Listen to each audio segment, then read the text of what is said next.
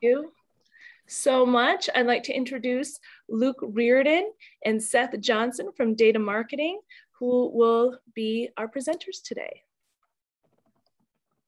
All right, thank you so much, Rachel, and glad to see everybody here. We are happy to be a longtime member of the CMMA, and we've got a lot to cover today. So like Rachel mentioned, I am Luke Reardon, CEO and founder of DAYTA, and then Seth, go ahead and give an intro for yourself. Sure, I'm a solutions consultant. I'm a marketing nerd, but I'm passionate about business. Perfect. So what we're going to go over today at a high level is talking about, right, the manufacturing industry as a whole. And there's over 800,000 unfilled jobs as of June when a recent survey was done to US manufacturers. And finding talent right now is actually rated harder than it was in 2018 by 36% of those surveyed. So this problem is not getting any easier when it comes to finding talent, largely because of these few reasons. And I want you to think as I go through these reasons, so write them down however you want, just think about them or any other reasons that might come up. And then we're going to ask you what you want to get out of this session in just a moment here. But those reasons are baby boomers, right, have decided to retire early. We're hearing a lot about that from our manufacturing clients and other manufacturers across the state, and then out, across the U.S. as well. Childcare is not only a problem here in the Midwest, but it's also a problem across the United States. So parents who need a spot for their kids and trying to re-enter the workforce has been a challenge. Those who are unemployed don't believe that they have the skills that are required to work in manufacturing. That's definite perception out there that's there.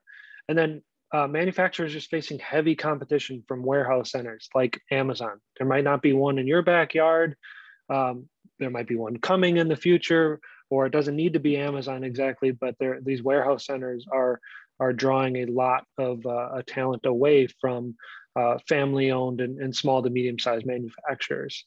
And then misconceptions around manufacturing as a whole, that it doesn't appeal to a broader market of prospective employees. Maybe it might feel like it's dirty, hard environments, when in reality, I've walked the floors of many of these manufacturers, probably on this call, Seth as well.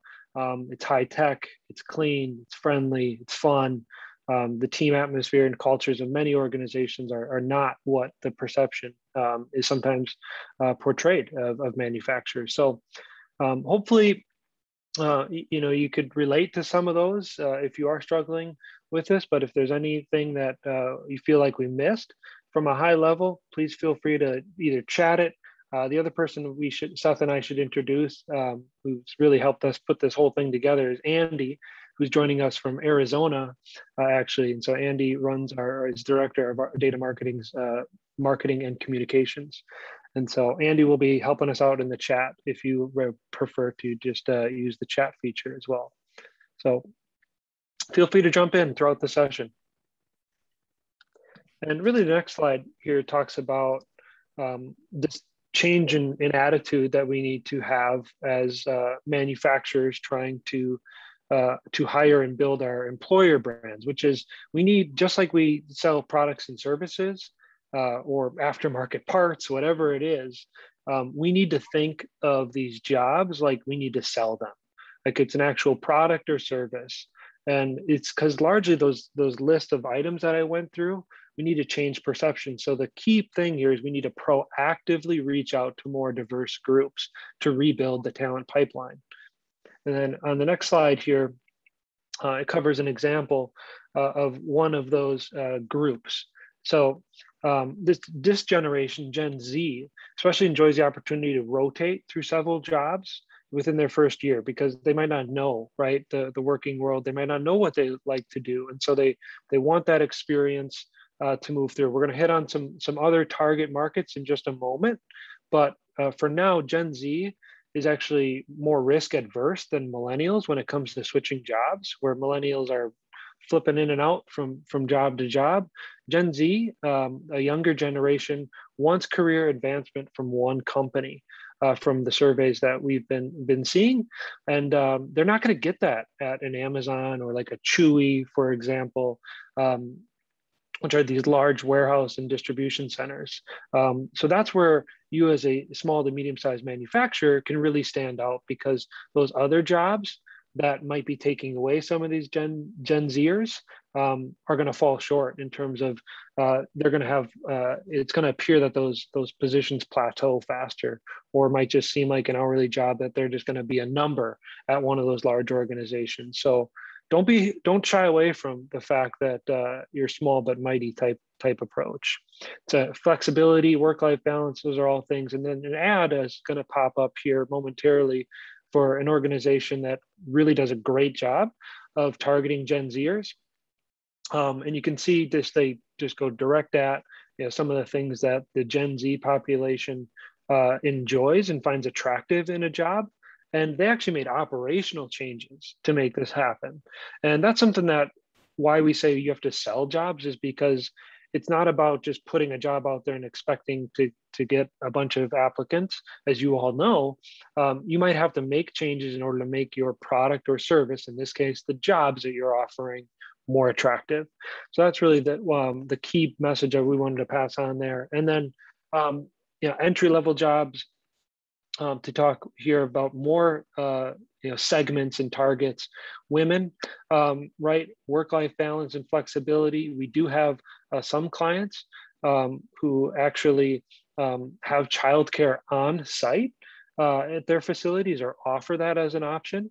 A very important thing for women in particular. And then if you do have women currently working within your manufacturing shops and floors, or on the floors, a recent study showed that 1 in 4 women are considering leaving the industry, citing the lack of work-life balance and the flexibility of work schedules as well. So even if you have women and you feel like you're doing a good job at that particular segment of the working population, be careful, because they might be actively searching for new roles as well. So create an employer brand that values the people and opinions from all walks of life. Make sure that's shown in images, whether that's on your website or in your social media posts, and also on your job posts too, of course. So make sure to get that benefit across. And then on the next slide, just talking a little bit more about the mid-level positions, right? Women here are already, underrepresented in this position, in this area as well, but it's another spot where you can attract women too, by showing career advancement. And then military friendly, right? So that's one thing that we want to encourage everybody to consider if you don't already, but it's a great target to go after. And then the question that we had here or wanted to present is really, and feel free to share with the group, whether it's just turning on your mic and shouting it out loud, or in the chat. But and we'll go through some bullet points we've seen as well. But how do you, if you have become designated as military friendly, has anybody done that or gone through the process of designating themselves as military friendly?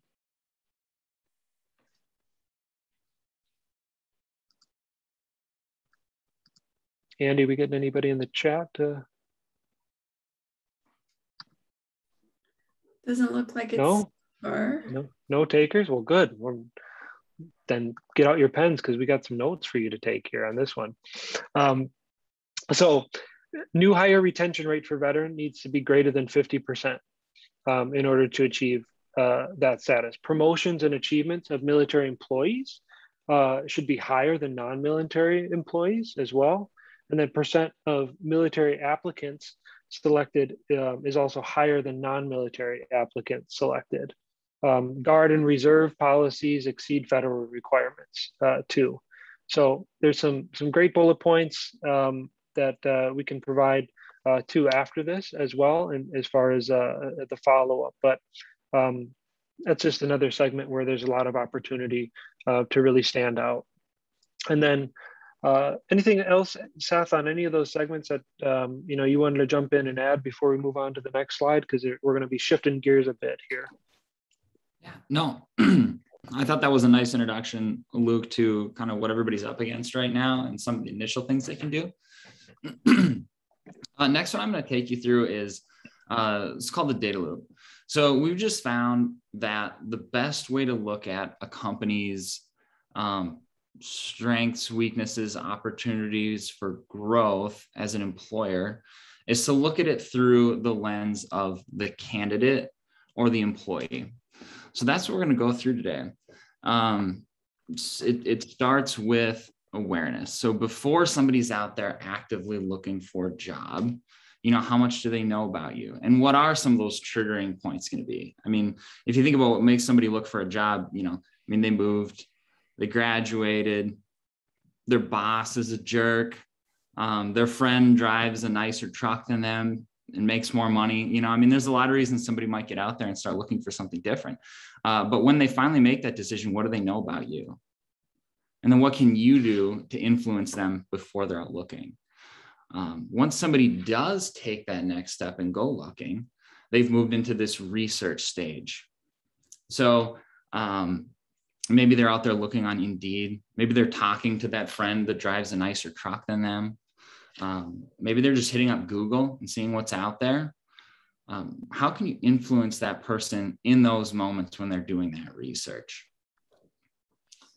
And from there, we'll get into comparison, where somebody's actively stacking you up against your competition. What does your application process look like? And even like reviews too come into play there. And then what are you doing to elevate yourself? And then next we'll get into choice, where it's time for somebody to make the decision, and what is it going to take for them to go, I'm going to commit to working for your business.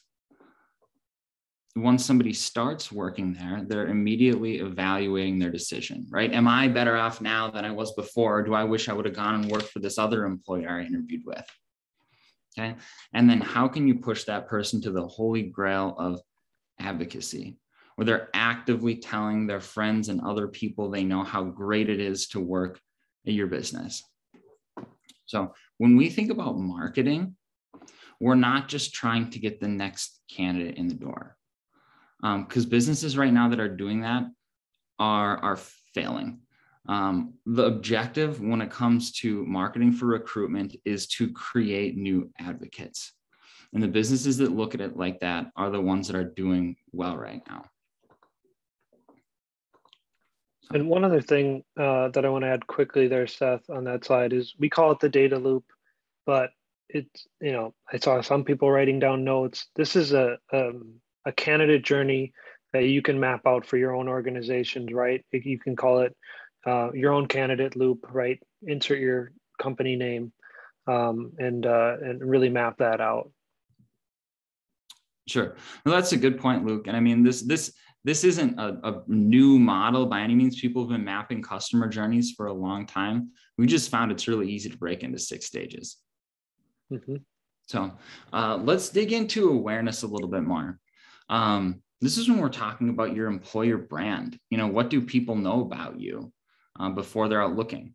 And how do your employees see you today, and what are they telling other people in the community about you? How about your customers, your suppliers, your vendors, the other people that interact with your business? Do they see you as a good employer? And then how are you promoting it? How are you getting the word out there about who you are? Oftentimes it's going to be community involvement, the sponsorships that you can do. Sometimes it's just advertising, and advertising with an employer brand at the forefront can do a lot of things for you. Like oftentimes when we think about advertising, we're talking about advertising the corporate brand, the services, the products, that type of thing. But you're not really losing any ground by advertising your employer brand either. Like people want to do business with good employers, and it can be attractive to somebody who might be out there looking. So we have a few examples for you here. So if you decide to take that leap and start doing some awareness level advertising, especially on the when it comes to like entry level roles, social media can be really powerful. Word of caution here, you used to be able to go and do like any level of targeting that you wanted for any type of ad, but Facebook's put some restrictions in place that makes it a little bit challenging on the recruitment side. You can no longer target as granular as you used to be able to target. So one thing that we've been doing for a lot of our clients is multi-stage campaigns, where we start with kind of this wide net, broad approach, use a little bit of video and an ad showcasing what it's like to work there, and then building off of that with more narrow messaging. Hey, Seth, could you go back one more? Sorry, Yeah. if anybody watches NFL football, I'm like the color commentator, and Seth is the nerdy one. So I'm going to jump in and interrupt every once in a while. But is this where you want me? Yes, right. You were right there. So Okay. one thing I want to point out here is we showed those different data loop stages, and like Seth mentioned, like we just broke it out into 6 because it makes sense, and there's key moments of truth at each one. But this is strategy that actually comes to life. Like you'll hear, consultants come on, or you'll hear from people who just talk about strategy, and then it's like just sits on a document, doesn't do anything. What we want you to do is actually make ads and run actual tactics in each of those phases. And that's why we label those campaigns by it's a choice phase ad that we're running, right? It's an awareness ad that we're running. So it has one goal. It's not trying to accomplish everything in one ad. I can't stress that point enough. We see it all the time where people try to run one ad that's going to speak to every stage of that critical candidate journey. It's impossible. And it's actually like silly to think about. So I really wanted to hammer that home, Seth. So thanks for letting me do that. And this slide actually speaks perfectly to that too. It does. So this is one of our clients, right? The exact example that I just talked about. We start from 1, awareness, right? And covering that. 2, they're on the site now. They're getting more information. They're getting into research, consideration. And then the third one here is really great because I talked about that younger generation. I love this. This is one of my favorite ads of all time, actually, where you can see in a visual progression that can happen. So now you're like, okay, I'm considering the company. I've been there. I went to the site. Now all of a sudden I'm seeing another ad because we know this person is interested. And so only people who have gone through step 1, 2, and are seeing ad number 3. We're not hitting them with ad number 3 right away because I might be like, first of all, what is this? I don't even need a job. Am I interested? And we're also not paying to get in front of people who aren't that interested or engaged. And then that comment at the bottom there, it's really hard to read because it's small, but just gold. That's advocacy right there. So you can see almost every single phase come to life in this type of ad, and that's why it's working and producing great results for them. So thanks, Seth. Yeah, no, that's good stuff, Luke. And I think, the other thing too, if you want to talk about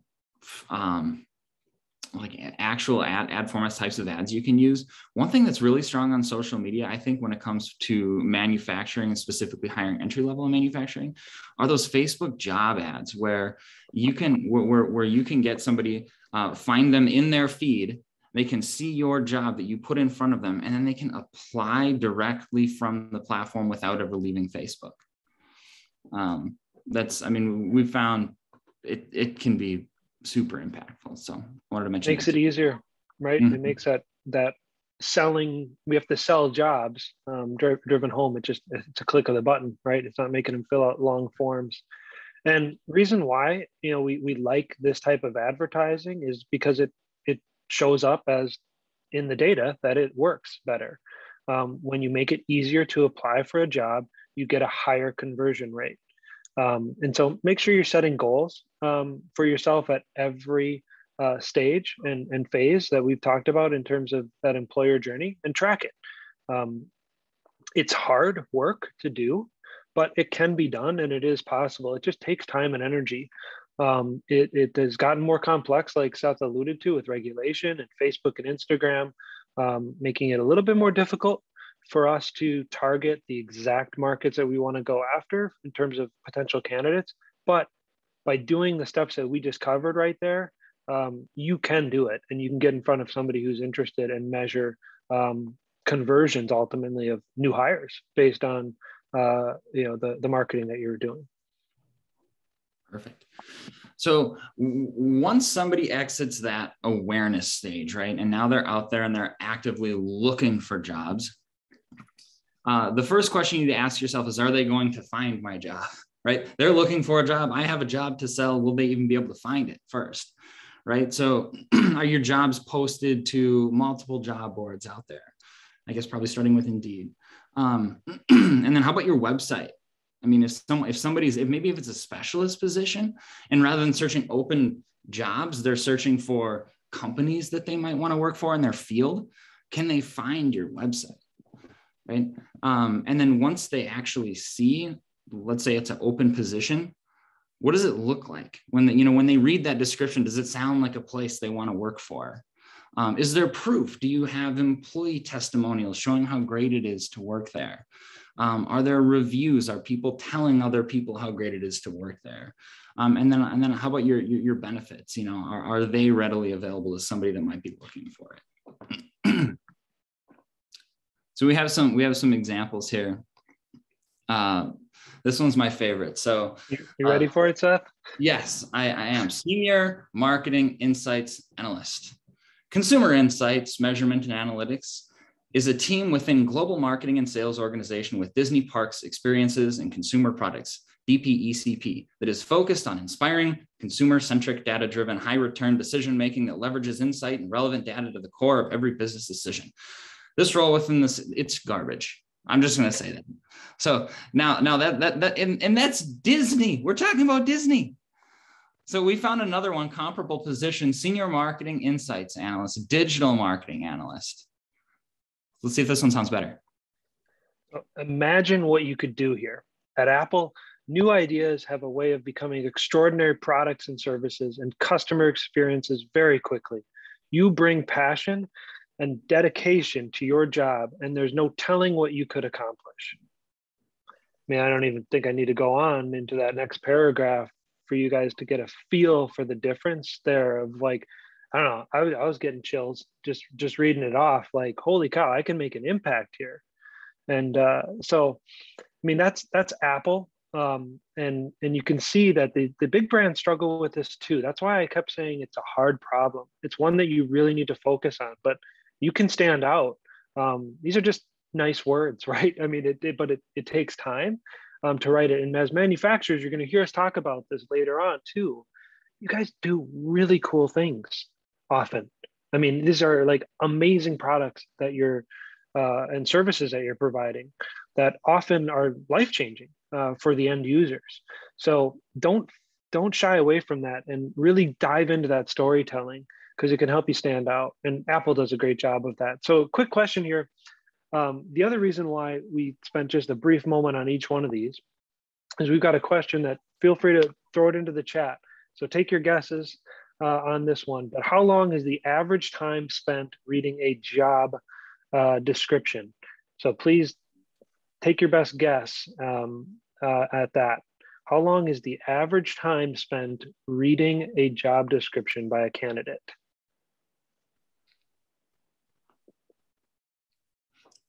You want to come back to the answer after the next slide? Let's do it. We'll come back. Okay. So if you're wondering if people actually care, your employees actually care about your reputation as your candidates, the truth is that the numbers say it does. Right? 75% consider an employer's brand before applying for a job. 62% are doing research on social media to see if you'd be a company that they maybe want to work for.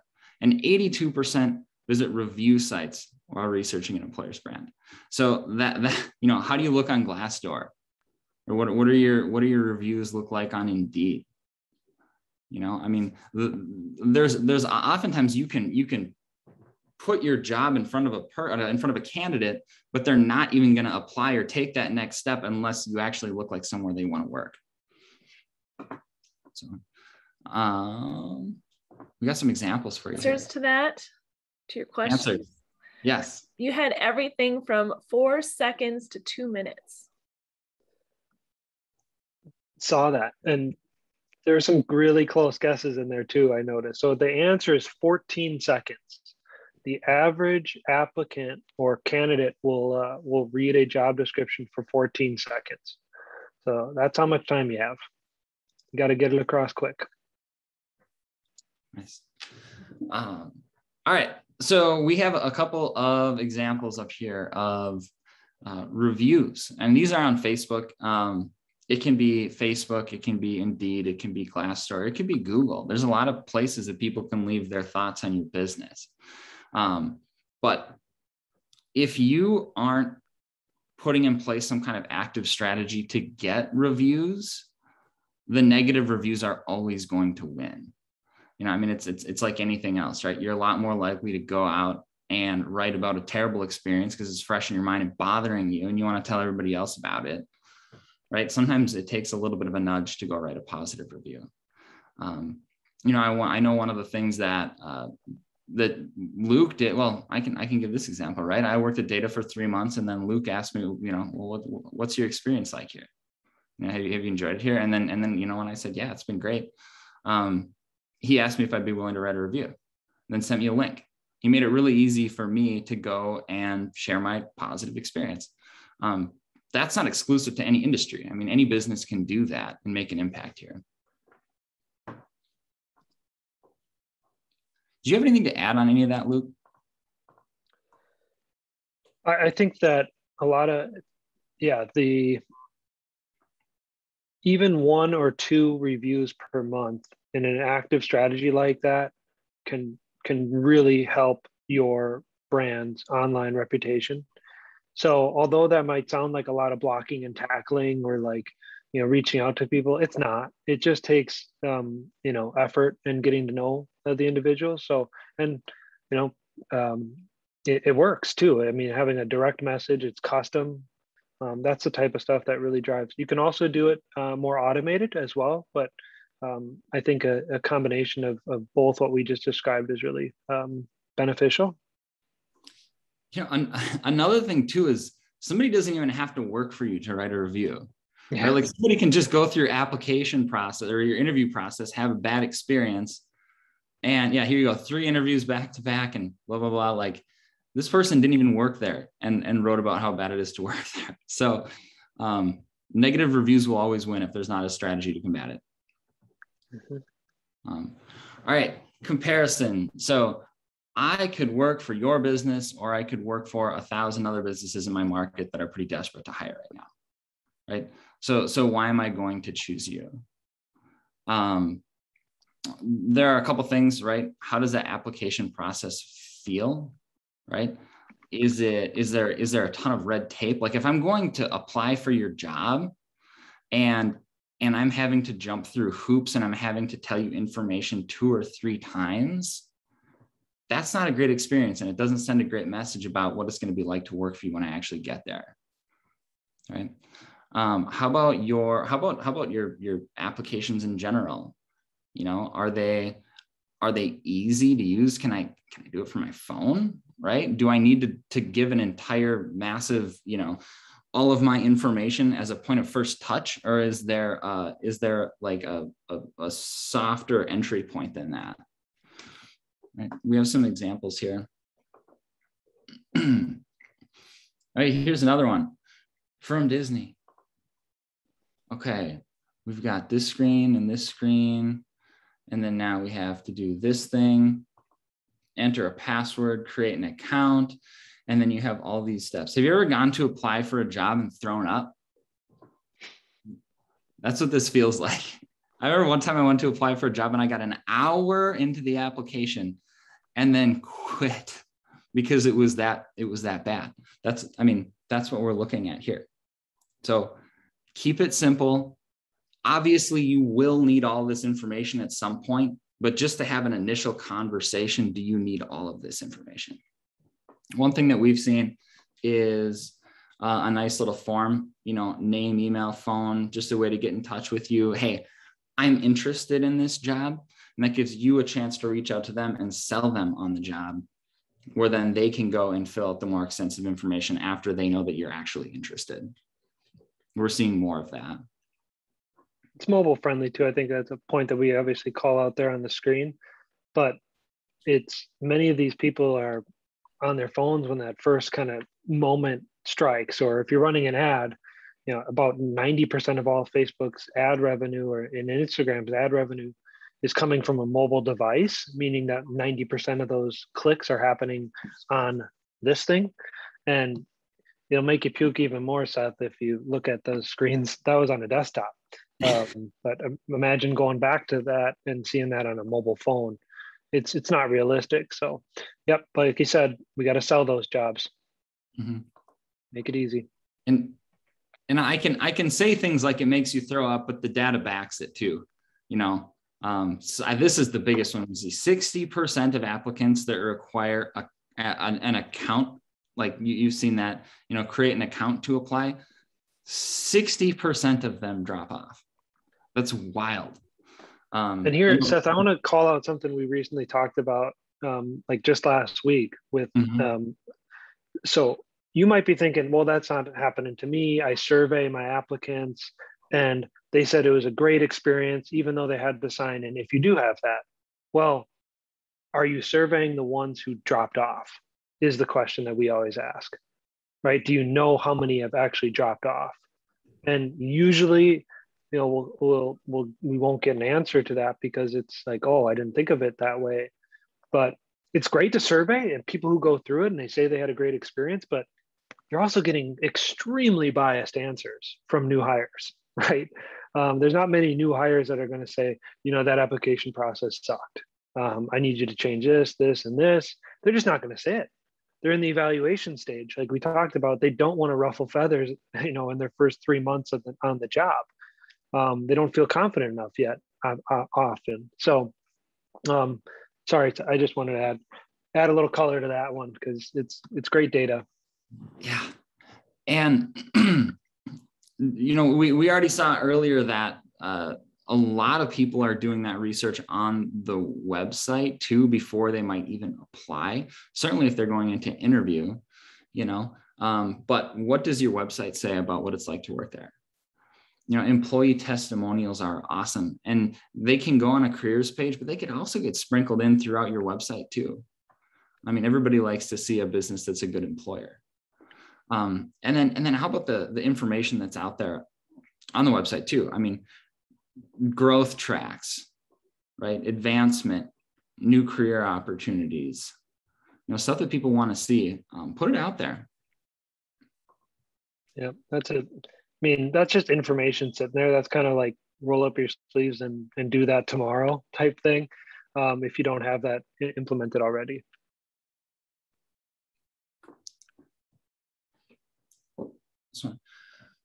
According to LinkedIn, a company with a stronger employer brand than its competitors on average sees a 43% decrease in the cost per candidate they hire. The cheapest employees that you will hire are referral candidates.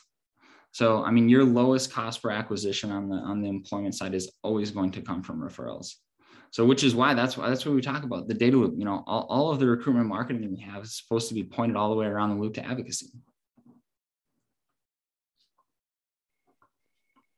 Thanks, Seth. It's a really good study that you can click on there after we send this out as well. But there's the link for you. Good read. People, I mean, in short, they're balancing one job against another, right, with that. And so those referrals are key. And this one of my favorite examples, I talked about it earlier, right? As manufacturers, you actually have a competitive advantage when it comes to attracting candidates, especially for the small SMBs.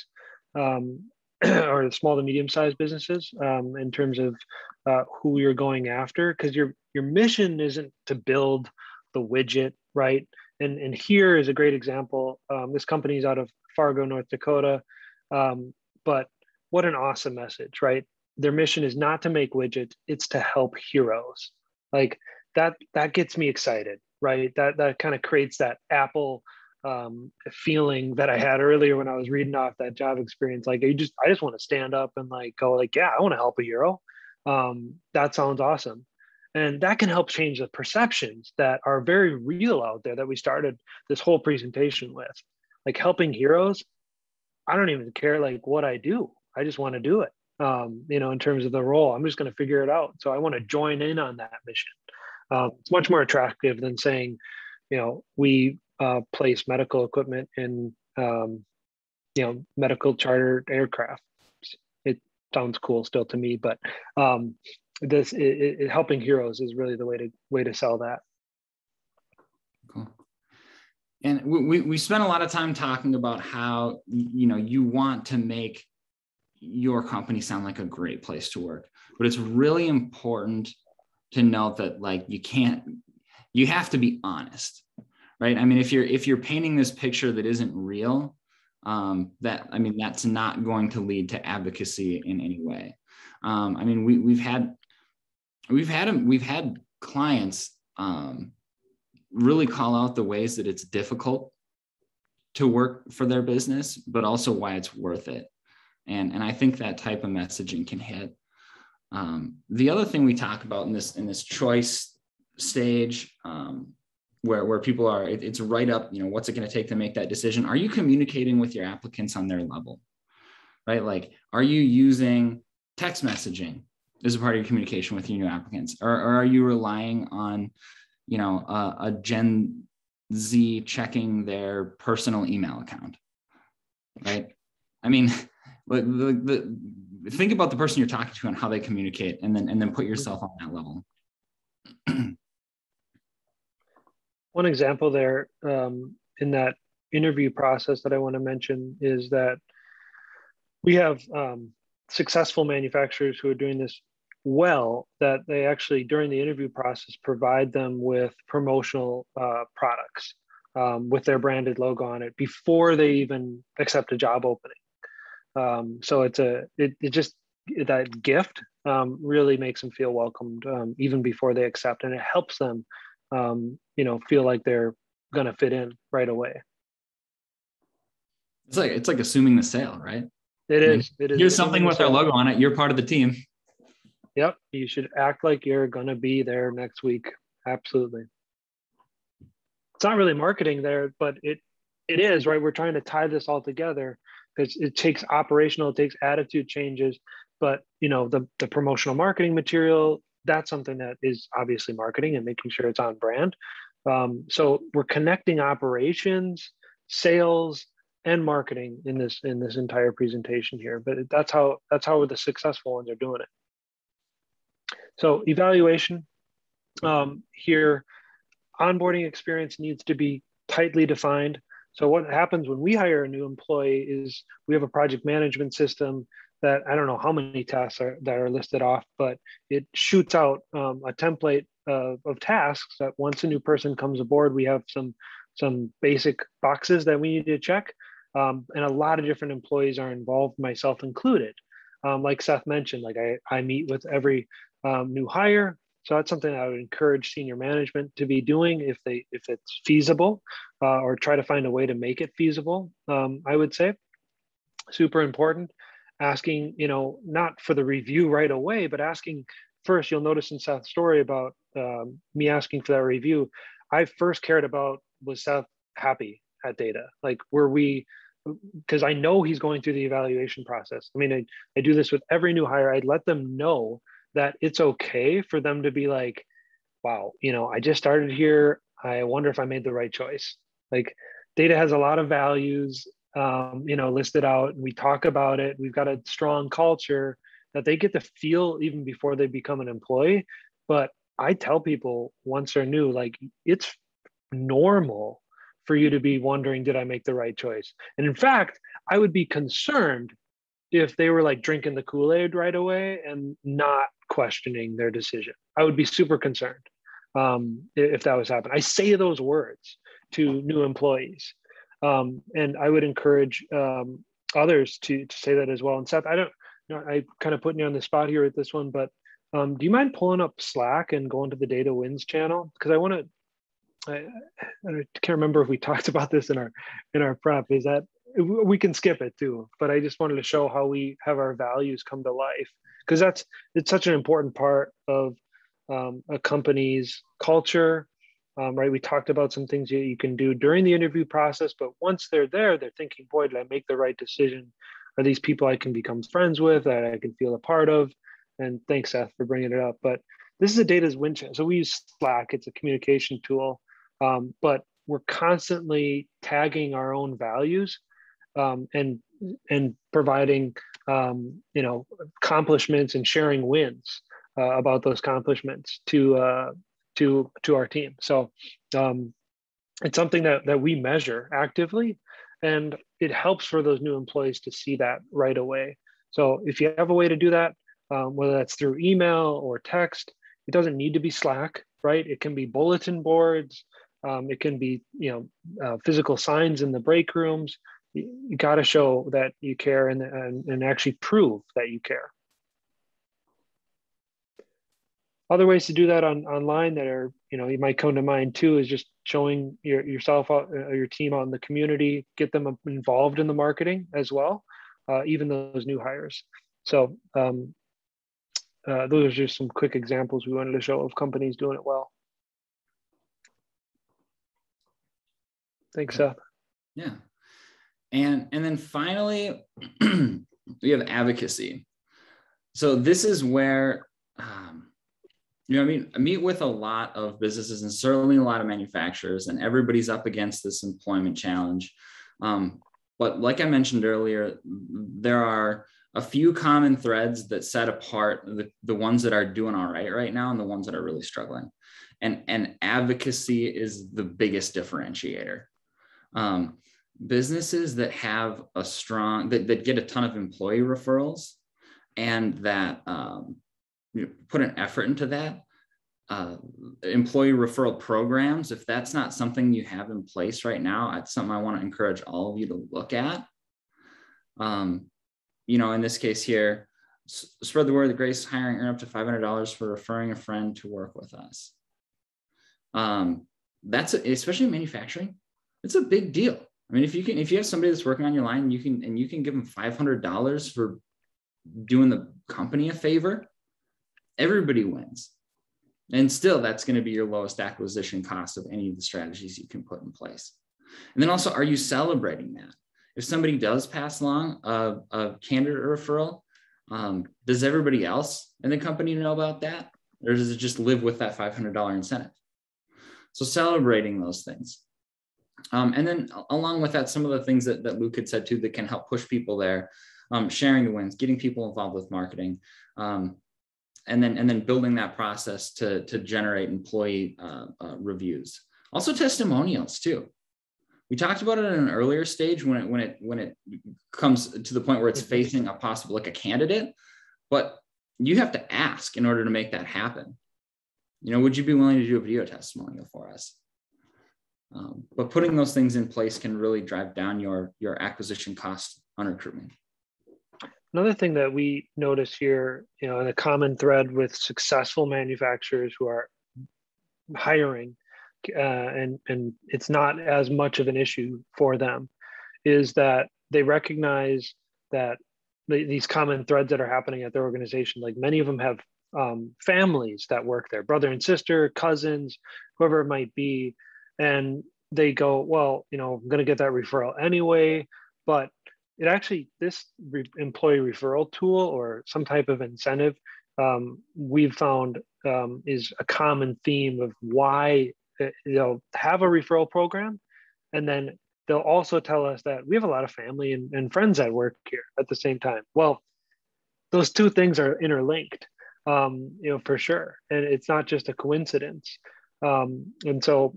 And because sometimes it's hard to measure, right? Or people will come back and say, oh no, I did say so-and-so should come. And it feels like you're just paying extra money. But those things, there's a direct correlation between having family work at the same, on the manufacturing shop floor or in the offices, wherever it might be, and having a strong employee referral program that is known and marketed throughout the company culture as well. That last one you said, Luke, is huge, because there's a lot of businesses that have an employee referral program, but it's not communicated well. So really, what good is an employee referral program if nobody knows about it? So that's big. And this really just drives home the point. We really like the way to say this, right? Is just that you're building something to last. That's why we call it the data loop. It's a continuum. You can build momentum, but it does take some effort to get that flywheel churning, right? If you think about momentum with an employer brand, it's absolutely true. So once you get advocates, keep going and keep it moving, because it does reduce your applicant hiring costs, like Seth has been hammering home, which will ultimately reduce the amount of money you have to spend on the ads that we showed earlier. If you do have to actively promote your brand. We would never, recommend turning off advertising. Of course, if you're constantly hiring for those, you're growing because demand is so high, which is mostly what we hear.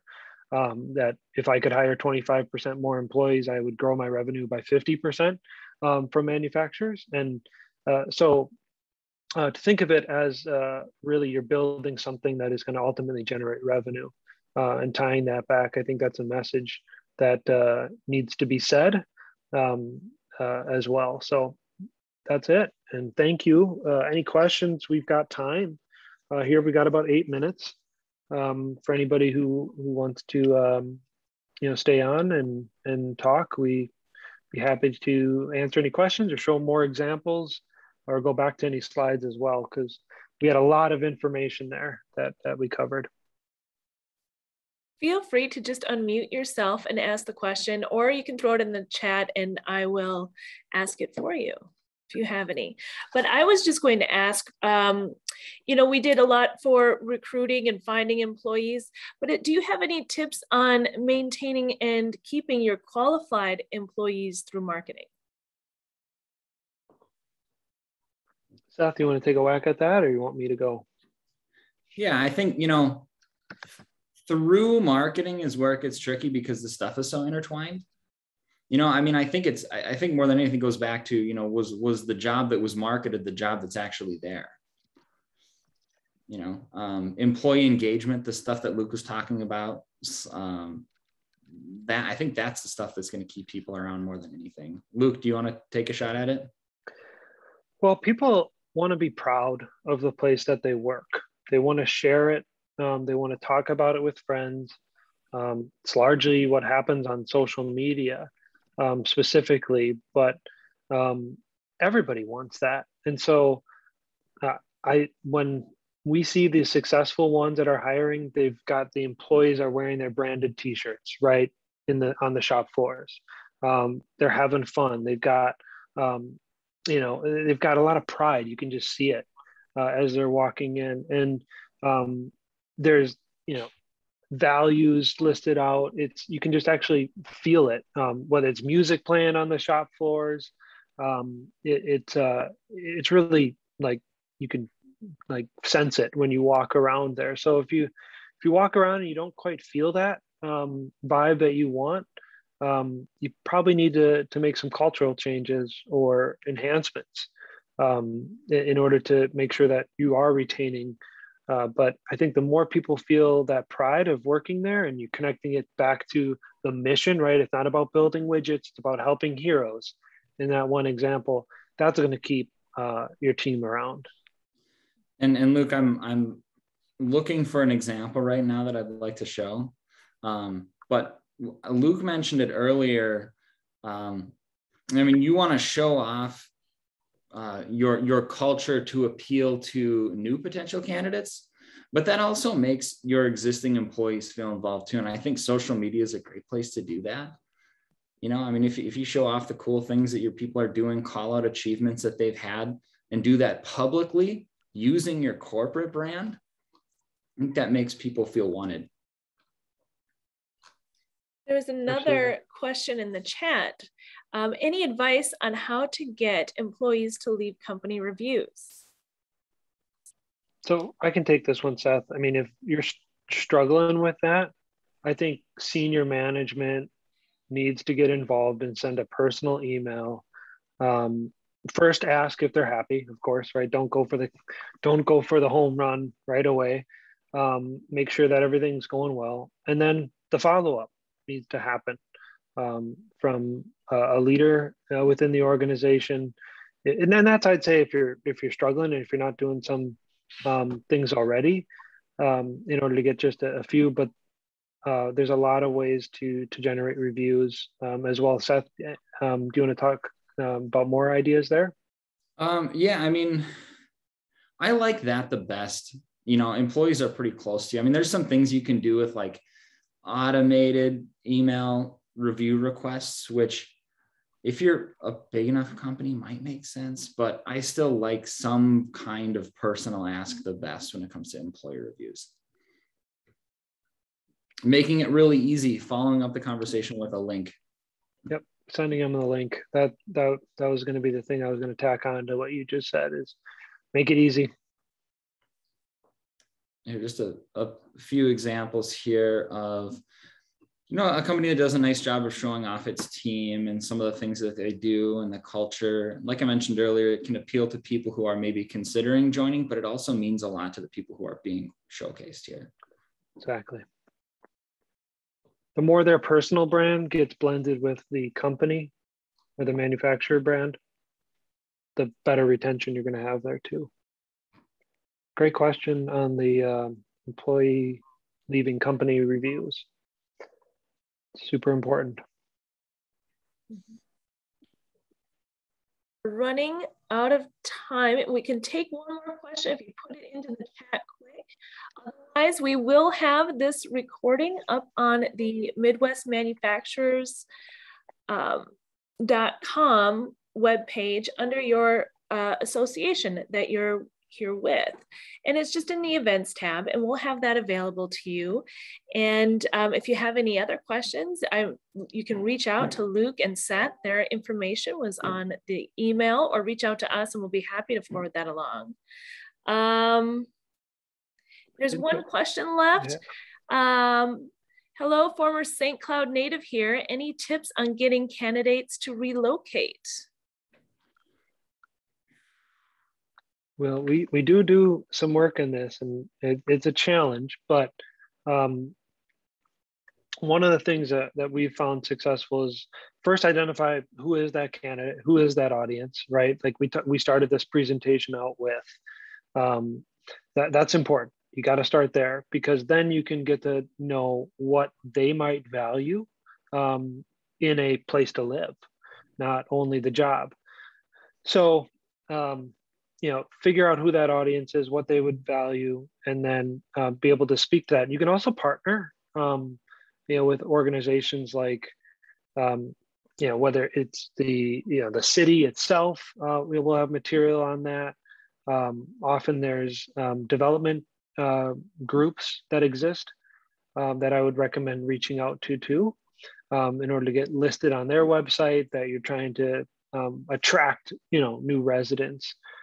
As well, but highlighting the attributes actually on your site of where your facilities are located is something that we'd recommend on this. Like actually building in why it's great to work at this place, because it's nearby, you know, certain things, or cost of living is less, great school district, whatever it might be that would speak to that audience. Go ahead and put that on the website too. I think in short, we often see like those career pages just filled with jobs, right? It doesn't talk about the stuff that actually matters, which is everything else besides the job description. Yeah, I would say make sure you have something that speaks specifically to relocating for the job. Like if you're going to try to advertise your way to success doing this, and you're just like spraying ads out there to people who you think might be interested in and sending them to your website, that's a recipe for failure. You know what they're going to want in order to make a move like that, and lean into it really specifically in the way you talk about it. Great. Well, thank you so much to Seth and Luke. That was some fantastic information. Again, this is available on the website for your association. And if you have any questions, please feel free to contact Seth or Luke, and their email address is right there up on the screen now, or it was in the email that was sent to you prior. So thank you so much. Enjoy your afternoon, and we hope to see you again. Thanks, everyone. Thanks.